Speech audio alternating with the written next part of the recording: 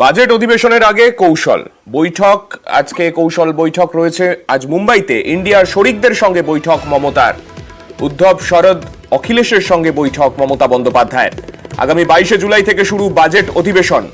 সংসদে মোদী সরকারকে কোণঠাসা করতে কৌশলী ইন্ডিয়া। কি কি কৌশল সেখান থেকে উঠে আসতে পারে, বিস্তারিত জানবো। আমাদের প্রতিনিধি আবির রয়েছেন আমাদের সঙ্গে। আবির, দেখো, ইন্ডিয়ার মধ্যে সামিল থাকাই আঞ্চলিক দলের যারা নেতৃত্বরা রয়েছেন তার মধ্যে উদ্ধব, শরদ পাওয়ার গোষ্ঠী বা অখিলেশের মতো নেতারা বরাবরই স্বাচ্ছন্দ্য বোধ করেন মমতা বন্দ্যোপাধ্যায়ের সঙ্গে আলোচনার ক্ষেত্রে। এবং এর আগে বিভিন্ন সময় দেখতে পাওয়া গিয়েছে যে তারা বারবার ধরে কথাও বলেছেন মমতা বন্দ্যোপাধ্যায়ের সঙ্গে বিভিন্ন সময় বিভিন্ন ইস্যুতে। আজকে বিকেল 4টে নাগাদ প্রথম বৈঠক হওয়ার কথা হচ্ছে উদ্ধবের সাথে, তারপরে বিকেল 5টায় বৈঠক হওয়ার কথা শরদ পাওয়ারের সাথে, এবং অখিলেশের সাথেও অতি বৈঠক হওয়ার কথা রয়েছে। বৈঠকের ক্ষেত্রে অবশ্যই যেটা গুরুত্ব পেতে চলেছে সের মধ্যে অবশ্যই প্রথম যেটি থাকবে সেটি হচ্ছে যে আগামী 22 তারিখ থেকে যে বাজেট অধিবেশন শুরু হতে চলেছে সেই বাজেট অধিবেশনের ক্ষেত্রে কেন্দ্রের করা সমালোচনা বা বিজেপির ভূমিকা সমালোচনা করে শরিকদের কি কৌশল হবে, তারা কিভাবে এগোবে সেই বিষয়টি দেখা। দ্বিতীয় যে বিষয়টিকে তারা সর্বাধিক গুরুত্ব দেবেন সেটা হচ্ছে যে নিট, এবং একই সঙ্গে হচ্ছে দ্রব্যমূল্য বৃদ্ধির ইস্যু, এবং হচ্ছে কেন্দ্রীয় এজেন্সির অতি সক্রিয়তা, তা নিয়ে তাদের বারবার ধরে সরব হওয়া। এছাড়া যেহেতু মহারাষ্ট্র থেকে আজকে তিনি বৈঠক করবেন শরদ পাওয়ার এবং উদ্ধবের দুজনের সাথেই, যেহেতু সামনেই মহারাষ্ট্র বিধানসভা নির্বাচন রয়েছে, সেখানে ইন্ডিয়াতে সামিল হওয়া এই আঞ্চলিক দলের নেতারা নিজেদের মধ্যে কৌশলগত অবস্থান দেখে কিভাবে লড়াই করবেন সেই সংক্রান্ত ভূমিকা নিয়ে আজকে আলোচনা হতে পারে মুম্বাইতে। ধন্যবাদ আবির। আর গতকালই মুম্বাই পৌঁছেছেন মুখ্যমন্ত্রী মমতা বন্দ্যোপাধ্যায়। আর মুখ্যমন্ত্রী মুকেশ আম্বানির সাক্ষাৎ হয় গতকাল মুম্বাইয়ের হোটেলে। মমতা, মুকেশ আম্বানি সাক্ষাৎ। কাল বিকেলেই মুম্বাই পৌঁছেছেন মুখ্যমন্ত্রী। তারপরেই আজ মুকেশ পুত্র অনন্তের বিয়েতে যোগ দেওয়ার কথা রয়েছে মমতা বন্দ্যোপাধ্যায়ের। তাছাড়াও একাধিক রাজনৈতিক কর্মসূচিও রয়েছে মুখ্যমন্ত্রী মমতা বন্দ্যোপাধ্যায়। তার আগেই গতকালই তিনি মুম্বাইয়ের একটি হোটেলে সেখানে দেখা করেন মুকেশ আম্বানির সঙ্গে।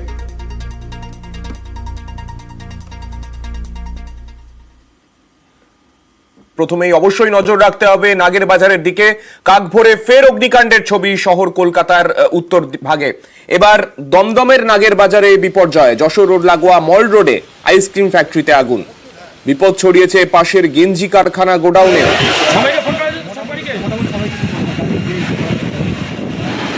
একদিকে ভোরবেলা থেকে বৃষ্টি স্নাত শহর, তার মধ্যেই অগ্নিকাণ্ডের ছবি দমদমের নাগের বাজারে। ইতিমধ্যেই 20টি ইঞ্জিন ঘটনাস্থলে রয়েছে। আগুন নিয়ন্ত্রণে আনার চেষ্টা করছেন তারা। বর্তমান পরিস্থিতি কি জানবো, আমাদের প্রতিনিধি রৌনক রয়েছেন আমাদের সঙ্গে। রৌনকের কাছ থেকে জানতে চাইবো, রৌনক, বর্তমানে কি ছবি দেখতে পাচ্ছ সেখানে? দমকল আধিকারিকরা কি জানাচ্ছেন? ফায়ার অ্যারেস্ট করা কি সম্ভব হয়েছে?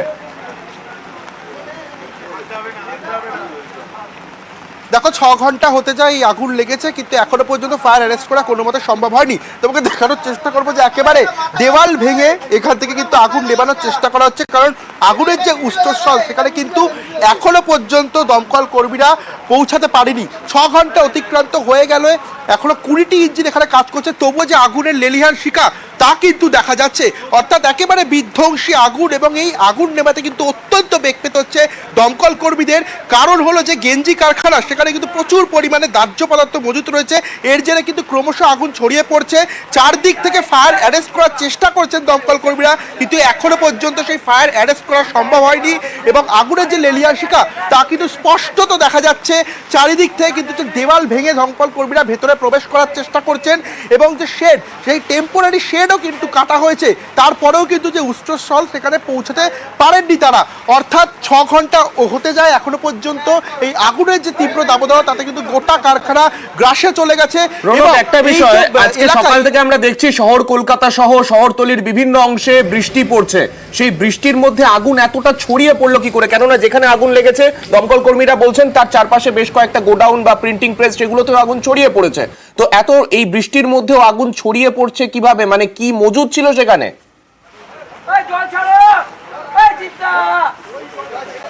দেখো একেবারেই সান্ডিক, এই যে কারখানা এখানে কিন্তু প্রচুর পরিমাণে গেঞ্জি রয়েছে যা কিন্তু দাহ্য পদার্থ। শুধু তাই নয়, এখানকার যারা প্রত্যক্ষদর্শী তারা দাবি করছে যে কারখানার ভেতরে প্রিন্টিং হতো, সেই প্রিন্টিং এর ক্ষেত্রে কিন্তু গ্যাস সিলিন্ডার ব্যবহার হতো এবং একের পর এক কিন্তু গ্যাস সিলিন্ডার বিস্ফোরণের কথা বলছেন প্রত্যক্ষদর্শীরা। এবং তারা বলছেন যখন এই আগুন লাগে 3টে থেকে 3:15 নাগাদ, তারপরে কিন্তু বেশ কিছু গ্যাস সিলিন্ডার বিস্ফোরণ করে। তার জেরে যে আশেপাশের যে জায়গাগুলি রয়েছে যেখানে প্রিন্টিং প্রেসের কাজ হতো এবং গেঞ্জি কারখানা এবং যে আইসক্রিমের গোডাউন, সর্বত্র আগুন ছড়িয়ে পড়ে এবং যে প্রচুর পরিমাণে দাহ্য পদার্থ মজুদ থাকার জেরেই কিন্তু এই আগুন নেভাতে অত্যন্ত বেগ পেতে হচ্ছে দমকল কর্মীদের। এবং ফায়ার অ্যারেস্ট করা কিন্তু এখনো পর্যন্ত সম্ভব হয়নি।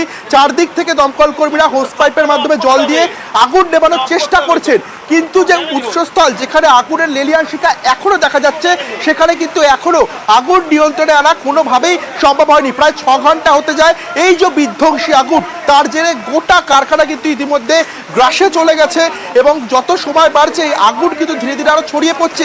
একদিকে বৃষ্টি হলেও যেটা দমকল কর্মীরা অনুমান করছে যে প্রচুর পরিমাণে দাহ্য পদার্থ, এবং প্রত্যক্ষদর্শীরা যেটা বলছেন যে প্রিন্টিং এর কাজে যেহেতু গ্যাস সিলিন্ডার ব্যবহার হতো সেক্ষেত্রে গ্যাস সিলিন্ডার থাকার জেরেই কিন্তু এই আগুন দ্রুত ছড়িয়ে পড়েছে, যা কিন্তু এখন হাতের নাগালের বাইরে চলে গেছে প্রায়। এবং 6 ঘন্টা অতিক্রান্ত হলেও 20টি ইঞ্জিন এখনো পর্যন্ত যুদ্ধকালীন তৎপরতায় কাজ করছে এবং যথাযথ আগুন নিয়ন্ত্রণে আনার চেষ্টা করছেন দমকল কর্মীরা। বেশ রৌনক, তুমি আমাদের সঙ্গে থাকো, নজর রাখো পরিস্থিতির উপর। আমি একটু চেষ্টা করব শোনানোর দমকল মন্ত্রী সুজিত বসু, তিনি কিছুক্ষণ আগেই নিউজ 18 বাংলার সঙ্গে কথা বলেছেন টেলিফোন লাইনে, তার কি বক্তব্য ছিল শোনাবো। ভোর 4টের সময় আমরা খবরটা পাই কন্ট্রোলে, তারপরে আমাদের গাড়ি একের পর এক যায়, 20টা গাড়ি, ওখানে আমাদের ইনভলভ হয়। ওখানে একটা গোডাউন ছিল, সেই গোডাউনে আগুনটা লাগে। আগুন কি থেকে লেগেছে আমরা জানি না, আসলে এনকোয়ারি হবে। রৌনক, তোমার কাছ থেকে আরো একটা বিষয় আমি একটু স্পষ্ট করে জেনে নিতে চাইবো। যে এলাকায় আগুন লেগেছে সেই জায়গায় 20টি ইঞ্জিন পৌঁছতে পেরেছে, 20টি ইঞ্জিন কাজ করছে, তার মানে জায়গাটা দমকল কর্মীরা পৌঁছতে পারছেন সেখানে। 20টি ইঞ্জিনের এতক্ষণের চেষ্টা, 6 ঘন্টা প্রায় হয়ে গেছে, এখনো পর্যন্ত আগুন নিয়ন্ত্রণে আসেনি, তুমি তেমনটাই বলছো। এর মধ্যে এখন কতগুলো ক্যাম্পাসে আগুন রয়েছে? মানে আমরা প্রথমে দেখছিলাম যে একটা গেঞ্জি কারখানার কথা শোনা যাচ্ছিল, পাশাপাশি প্রিন্টিং প্রেসের কথা শোনা যাচ্ছিল, মোট কটা জায়গায় এখন আগুন রয়েছে? দেখো এখানে যে পুরো গোটা অঞ্চলটি এটা ইন্ডাস্ট্রিয়াল ল্যান্ড, এরকমই জানাচ্ছে দমদম পৌরসভার চেয়ারম্যান। এবং এই ইন্ডাস্ট্রিয়াল ল্যান্ডে যে কটি কারখানা রয়েছে প্রাথমিক অনুমান জানা যাচ্ছে যে আইসক্রিম কারখানাতেই যে গোডাউন রয়েছে সেখানে আগুন লাগে প্রথমে, তারপরে যে আশেপাশে গেঞ্জি কারখানা সেখানে কিন্তু আগুন ছড়িয়ে পড়ে। গোটা এলাকাটা, অর্থাৎ পুরো এলাকাটা যেখানে এই কারখানা রয়েছে গোটা এলাকায় কিন্তু ইতিমধ্যে আগুনের গ্রাসে চলে গেছে, পুরো ভস্মীভূত হয়ে গেছে গোটা এলাকা। এবং এই যে ভেতরে যে ফায়ার সিস্টেম, একটা অভিযোগ আসছে এবং যারা ভেতরের কর্মী, এই কারখানার কর্মী, তারা কিন্তু জানাচ্ছে যে ভেতরের ফায়ার সিস্টেম কোনো মতে কাজ করেনি যখন এই আগুন লাগে। এবং আগুনের তীব্রতা এতটাই ছিল যে আইসক্রিমের গোডাউন সেখানে আগুন লাগার 30 মিনিটের মধ্যে তা কিন্তু এই গেঞ্জি কারখানায় দ্রুত ছড়িয়ে পড়ে। এবং যেহেতু গেঞ্জি কারখানার ভেতরে প্রচুর পরিমাণে দাহ্য পদার্থ মজুদ, তার জেরেই কিন্তু আগুন দ্রুত ছড়িয়ে পড়ে। এবং তারা যেটা জানাচ্ছেন যে ভেতরে গ্যাস সিলিন্ডার ছিল, সেখানে গ্যাস সিলিন্ডার বিস্ফোরণ হয়েছে, এর জেরেই কিন্তু আগুন দ্রুততার সঙ্গে ছড়িয়ে পড়ে। এবং যেহেতু ভেতরে প্রচুর পরিমাণে দাহ্য পদার্থ রয়েছে, দমকল কর্মীদের কিন্তু এখনো বেগ পেতে হচ্ছে আগুন নেভাতে। এবং ভেতরে যে উৎসস্থল সেখানে কিন্তু এখনো দমকল কর্মীরা সে অর্থে পৌঁছাতে পারছেন না। এমনকি যে দেওয়াল, কারখানার যে দেওয়াল, আগুনের তীব্রতা এতটাই ছিল কারখানার দেওয়াল কিন্তু নিজে থেকেই একেবারে ধসে পড়েছে। যদিও বা দমকল কর্মীরা নিজেরাও এই দেওয়াল ভেঙে ভেতরে ঢোকার চেষ্টা করছে, কিন্তু এখনো পর্যন্ত প্রায় 6 ঘন্টা হতে যায়, আগুন কোনোভাবে নিয়ন্ত্রণে আনা সম্ভব হয়নি। এবং গোটা কারখানার যে এলাকাটা, আইসক্রিম গোডাউন থেকে শুরু করে গেঞ্জি কারখানা, পুরোটাই কিন্তু এই আগুনের গ্রাসে চলে গেছে। যদিও বা দমকল কর্মীরা যুদ্ধকালীন তৎপরতায় এই আগুন নিয়ন্ত্রণে আনার চেষ্টা করছেন, এখনো পর্যন্ত কিন্তু আগুন কোনোভাবেই নিয়ন্ত্রণে আসেনি। বেশ, ধন্যবাদ রৌনক।